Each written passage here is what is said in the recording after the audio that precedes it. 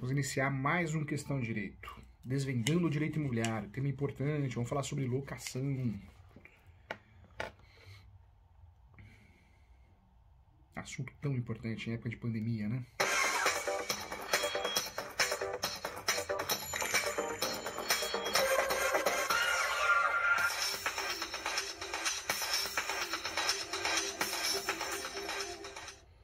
Olá, bom dia a todos. Vamos iniciar mais uma aula aqui no Questão de Direito, mais uma aula para que possamos desvendar, sim, o direito imobiliário com muito amor e carinho, tá bom? Aula didática, objetiva, sem juridiquês, né, para que possamos entender e aplicar na prática, ok? Vamos juntos aqui tratar, então, da locação. Você que está vendo atrás aqui do professor são os livros, hein? O professor que tem vários livros de direito imobiliário, todos eles estão aparecendo atrás aqui de mim, né? Então, você que gostaria de entender, de aprofundar os estudos do direito imobiliário, olha quantos livros escritos por mim estão à sua disposição, tá? Você que pode acompanhar o direito imobiliário de A a Z, advogado de sucesso no direito imobiliário, advogado imobiliário de sucesso, manual de prática de direito imobiliário descomplicado, vários livros importantes, regularização de imóveis, direito imobiliário avançado, entre outros livros importantes de direito civil e processo civil, tá bom? Tudo à sua disposição, fiz com muito amor e carinho para que eu possa facilitar. Eu sou um facilitador, é isso que o professor é. Ele facilita os conceitos para você conseguir entender e aplicar na prática. Vamos juntos aqui, olha só, quero tratar com você hoje, um assunto muito especial, nós vamos falar sobre a Lei 8.245 de 91. É fundamental conhecer essa lei. Para o advogado que atua com as ações locatícias, despejo, reintegração de posse, também é importante você saber que a relação locatícia nada tem a ver com a relação possessória, conceitos que muitas vezes você confunde e acaba errando a medida judicial, acaba errando a tese.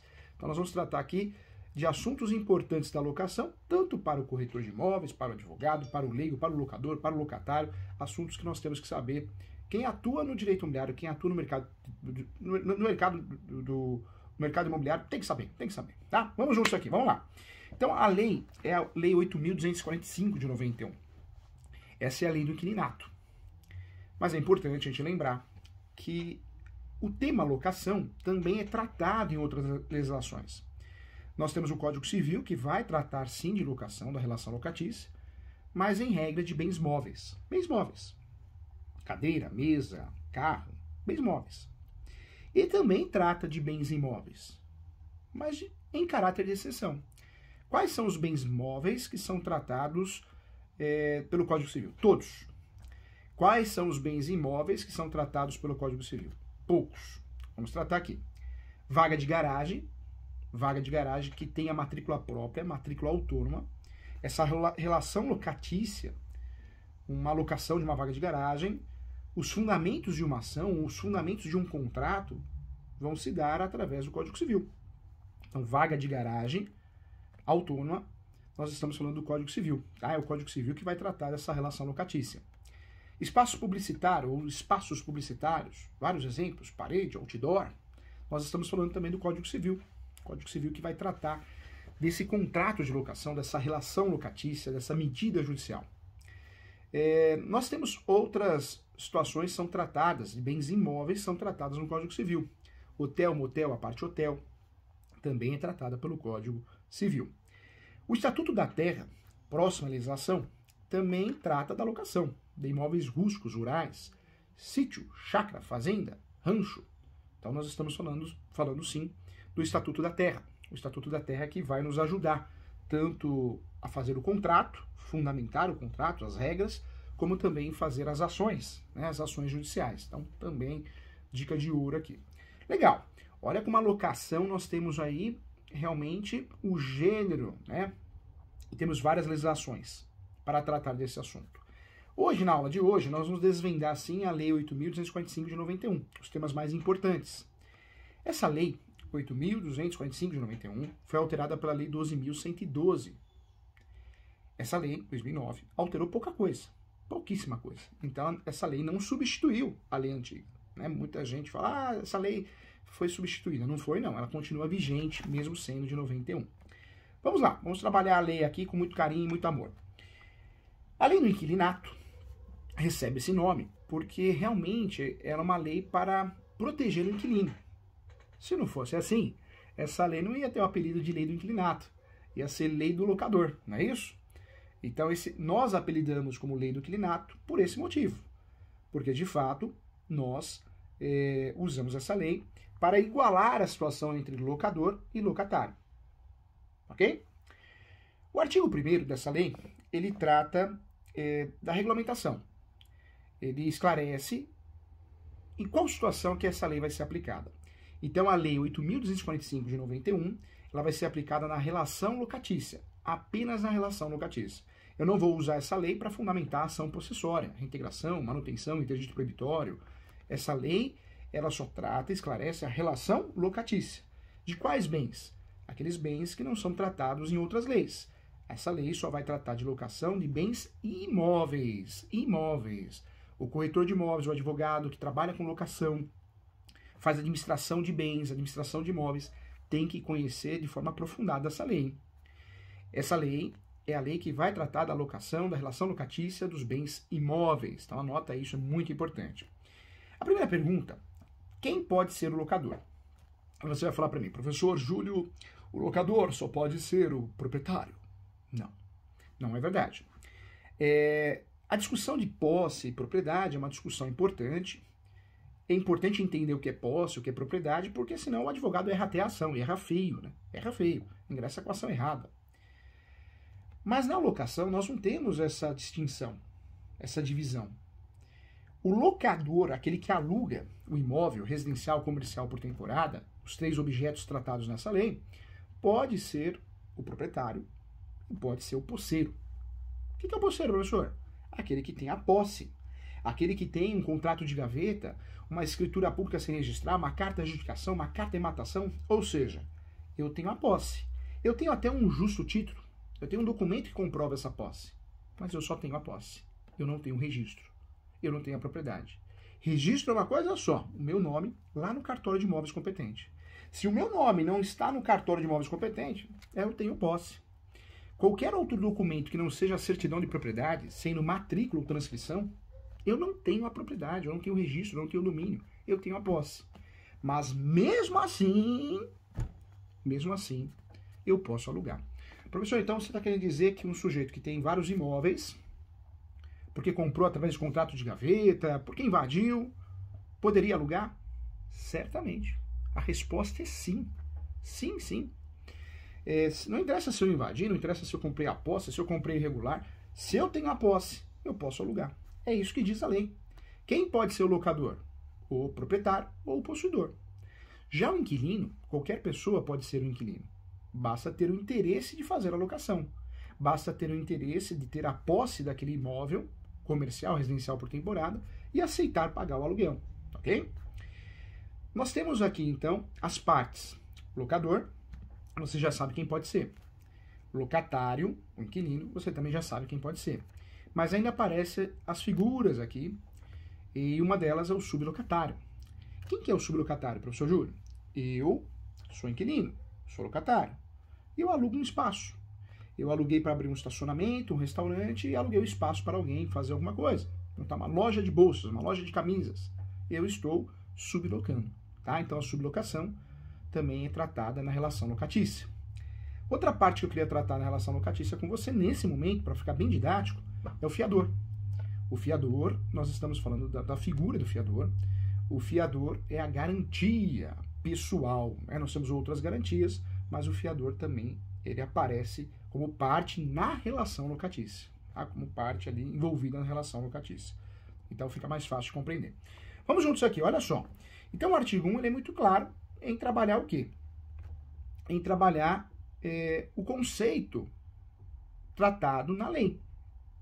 Então nós já sabemos que locação de bens móveis não é tratada na lei do inquilinato, Código Civil. Imóveis rústicos rurais, imóveis como sítio, chácara, fazenda, Estatuto da Terra. A locação aqui em pauta da lei 8.245 de 91, nós estamos falando do quê? Da locação tratada na lei do inquilinato. Então o artigo 1 ele defende isso. Ele até esclarece aqui, olha só que interessante, eu gosto dessa parte aqui, ó. Continuam regulados pelo Código Civil e pelas leis esparsas, ou seja, o artigo 1 falando, ó, isso aqui não é meu, hein? Não sou eu que resolvo isso, hein? Eu falo que o artigo, né, ou a lei fala conosco. 1. Então, o Código Civil que vai tratar de imóveis de propriedade da União, dos estados e dos municípios e de suas autarquias e fundações públicas. 2. De vagas autônomas de garagem, de espaços para estacionamento de veículos, espaços destinados à publicidade, ao outdoor, como exemplo, em aparte hotel, hotéis residenciais equiparados, assim considerados aqueles que prestam serviços regulares a seus usuários. Então, tudo é o Código Civil que vai tratar. A lei, ela já esclarece logo no artigo 1º. Ó, isso aqui não é meu, hein? Isso aqui eu não uso, hein? Tá? Então, importante aqui. Vamos lá, vamos para o artigo 2, né? O artigo 2, o segundo artigo. O artigo 2º. Havendo mais de um locador ou mais de um locatário, entende-se que são solidários. Se o contrário, não se estipulou. Então, se eu tenho um contrato que eu não tenho uma cláusula mudando isso aqui, prevalece o quê? A responsabilidade solidária. Professor, eu me afastei do meu companheiro, da minha companheira, fui embora, e agora a responsabilidade é dele. Cuidado, hein? O seu nome está no contrato de locação? Está? O nome do seu cliente está no contrato de locação? Cuidado. A responsabilidade, salvo exceção se esse contrato não fala outra coisa, é que ele é responsável, ele ou ela, solidariamente. Então, cuidado, hein? Não vai depois aí, quem ficou no imóvel, ficar devendo aluguel, você achar que dá para fazer uma defesa. Olha, eu não moro lá, eu não tenho que pagar. Tem que pagar sim. A responsabilidade é solidária, tá? Isso é muito bem definido no artigo 2º da lei do inquilinato, tá? Nós temos aqui um parágrafo único que diz: os ocupantes de habitações coletivas multifamiliares presumem-se locatários ou sublocatários. Tá? Então, também uma classificação importante aqui. Então, olha como essa lei, apesar de ser uma lei de 91, ela é atualizada ainda. Por isso eu falei que a lei 12.112, ela não substituiu essa lei. Ela trouxe algumas informações, alguns avanços, mas essa lei é a lei em pauta, em vigência, tá? Todo advogado, advogada, corretora, locador, locatário, precisa ler essa lei para ter conhecimento de fato como que funciona uma relação locatícia. Vamos juntos navegar para a lei, vamos desvendar o direito imobiliário.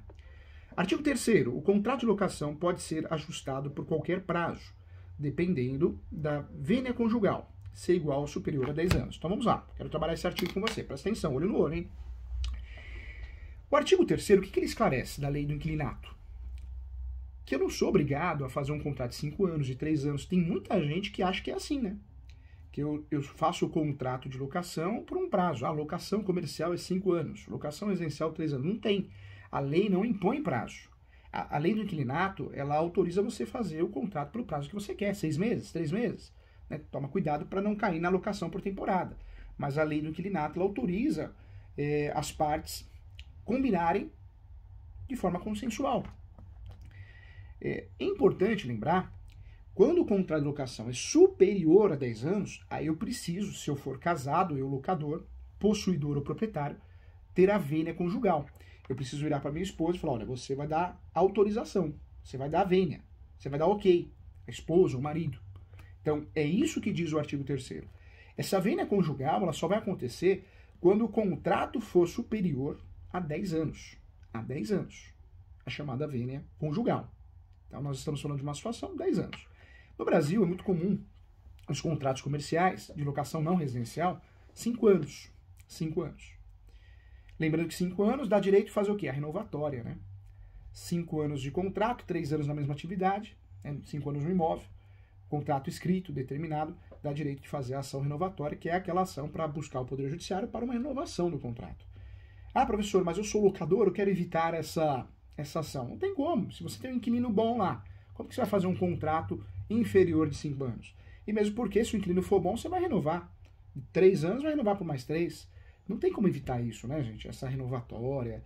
É claro que um contrato, nós podemos trabalhar muito bem as cláusulas, protegendo o nosso cliente, né? Se você é advogado do locador, do locatário.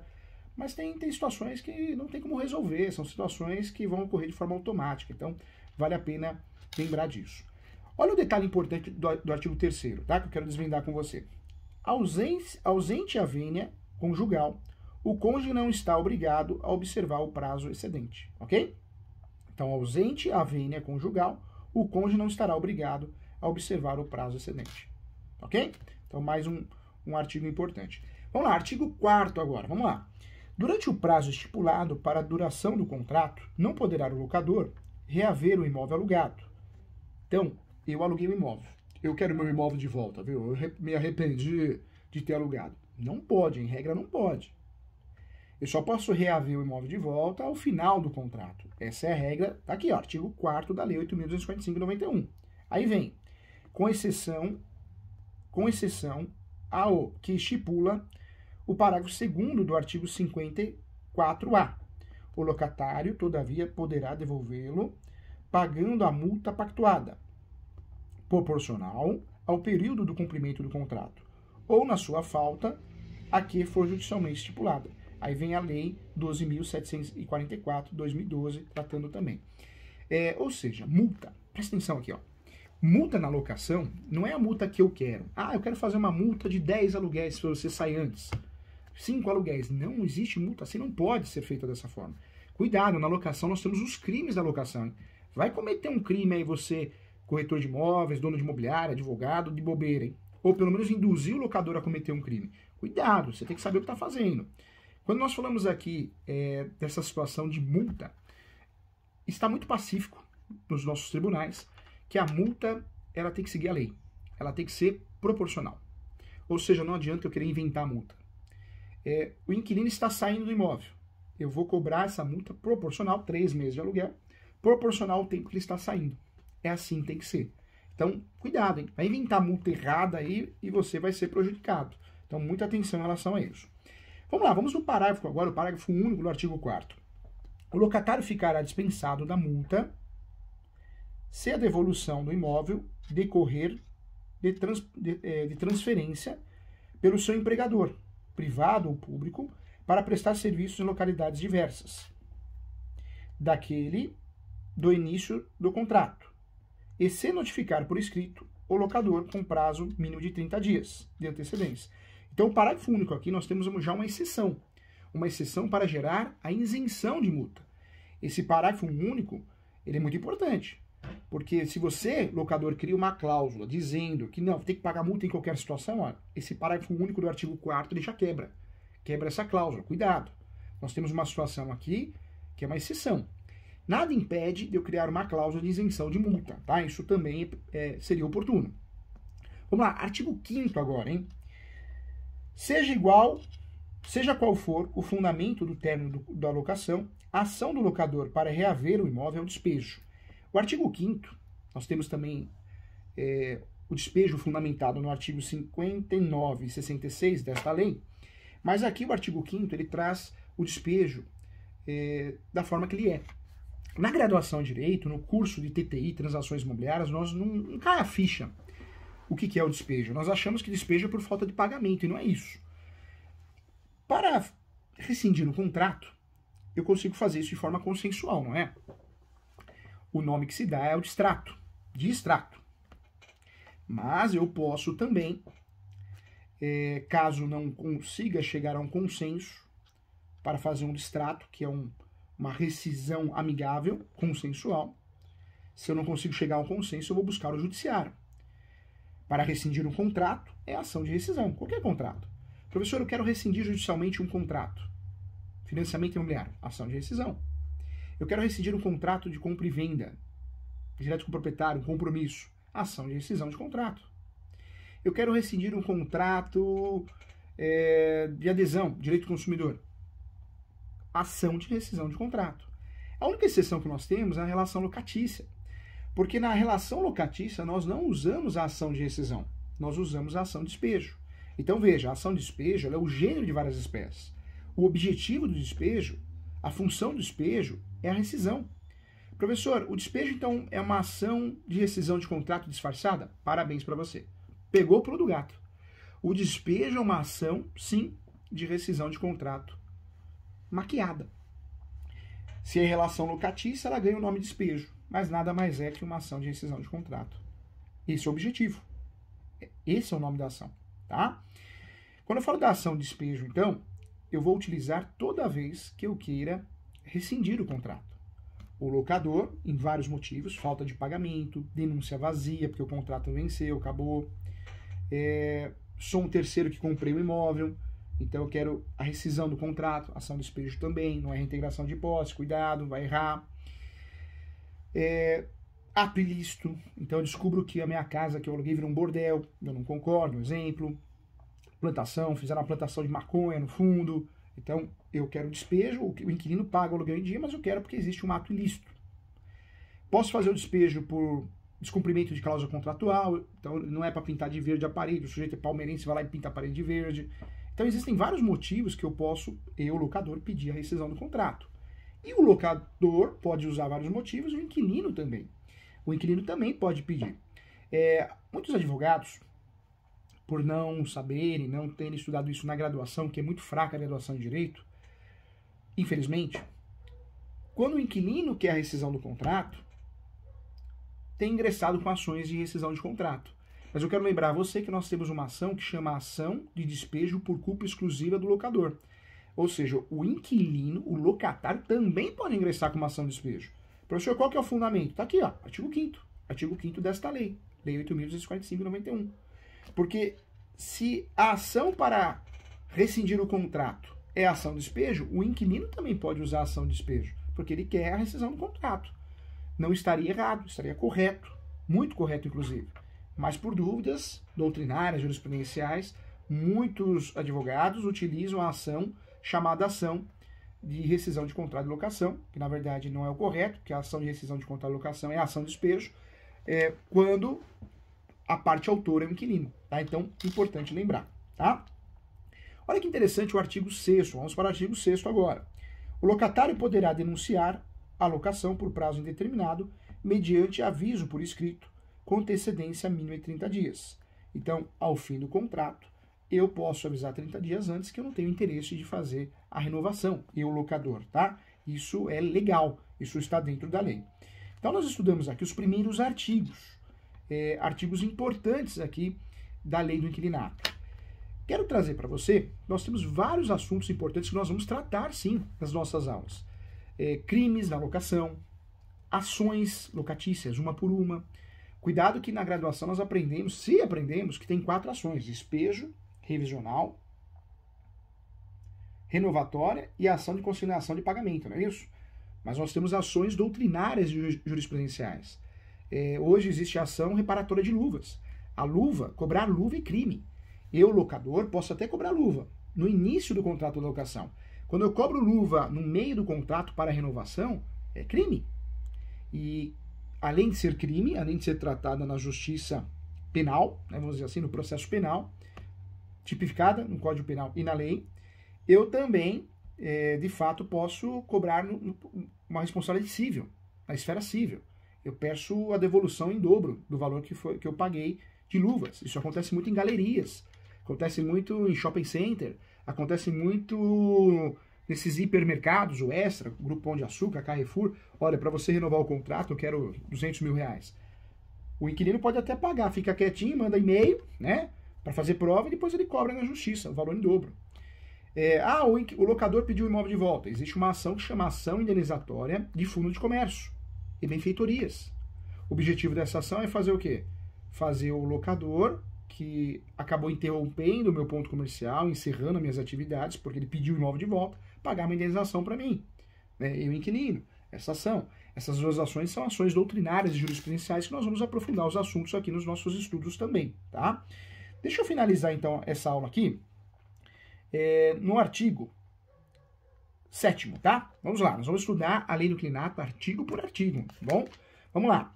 Nos casos de extinção de usufruto ou fideicomisso, a locação celebrada pelo usufrutuário ou fiduciário poderá ser denunciada com prazo de 30 dias para desocupação, salvo se tiver aquiescência escrita do nu proprietário ou do fideicomissário, ou se a propriedade estiver consolidada em mãos do usufrutuário ou fiduciário. Então nós temos o artigo 7º aqui, também trazendo uma situação de solicitação, notificação prévia de 30 dias com antecedência, nas situações da locação, que existe aí o usufruto e também o fideicomisso. Tá? Então, nós vamos aprofundar, inclusive, esse assunto também. Ou seja, nós paramos aqui no artigo 7º, mas nós vamos trabalhar aqui, desvendando o direito imobiliário, artigo por artigo. Essa é a intenção para poder ajudar você, advogado, advogada, corretor de imóveis, né? Que esse é o nosso público, esse é o nosso foco, e o leigo também. Todo mundo tem o direito de saber como funciona a lei do inclinato para não fazer confusão. Eu costumo dizer que essa aula, de forma didática e objetiva, é uma aula que serve para todo mundo, principalmente para o leigo, que é locador ou locatário. E quem conhece a lei, certamente vai fazer a coisa certa, né? Porque não tem confusão, tem conhecimento, tá? Então eu espero você. Vamos lá, olha só. Tem perguntas, Felipe? Vamos ver se chegou perguntas aqui para nós. Chegou, que bom, que bom. Tá aparecendo para você. Deixa o professor chegar mais perto da tela, porque o professor é meio cegueta, sabe? Tem um locatário que foi embora para os Estados Unidos e deixou um empregado no seu lugar, que acabou comprando a empresa do mesmo. O aluguel do contrato vence em agosto. O aluguel do contrato? Acho que o contrato vence em agosto, né? Posso alugar para o atual? Pode, nada impede. Vai ser feito um novo contrato. E se esse inquilino, né, que não é bem inquilino, que acabou ficando ali, é um bom pagador, é melhor você alugar para ele do que alugar para uma outra pessoa estranha e começar uma relação do zero, né? Então, perfeito, pode alugar sim. Abraço, Andrei, muito obrigado por estar acompanhando, tá? Vamos ver, mais perguntas? Vamos ver aqui. E aqui meus contatos, tá? Eu e o Felipe estamos trozados também, mais de 7 anos juntos, né? Acho que 5, 7 anos. O Instagram do professor, você quer me seguir, por favor, siga no Instagram. professor.julio.sanches. Várias dicas, aulas, palestras, sorteios de livros, dos meus livros. O e-mail é julio.professor.direito@gmail. Eu aviso que eu demoro muito para responder o e-mail. Eu tenho essa dificuldade de um tempo para cá. Depois que o professor teve Covid, né, ficou afastado, eu acabei atrasando os e-mails de um jeito que eu não consigo mais manter. Por mais que eu responda 30 e-mails, 40, 60 e-mails por dia, eu não consigo manter. Então, se você mandar e-mail, se for algo urgente, não manda e-mail não. Aí eu oriento você a entrar em contato pelo WhatsApp, tá? Que é o WhatsApp do escritório para agendar uma consulta, uma mentoria. 11 976 85 3891. Esse é o WhatsApp do escritório para você agendar uma consulta com o professor Júlio aqui, que sou eu, tá bom? Gente, muito obrigado. Mais uma aula com muito amor e carinho. Paramos no artigo 8º, 7º, e nós vamos continuar tratando artigos por artigos aqui, tá bom? Tchau, até a próxima.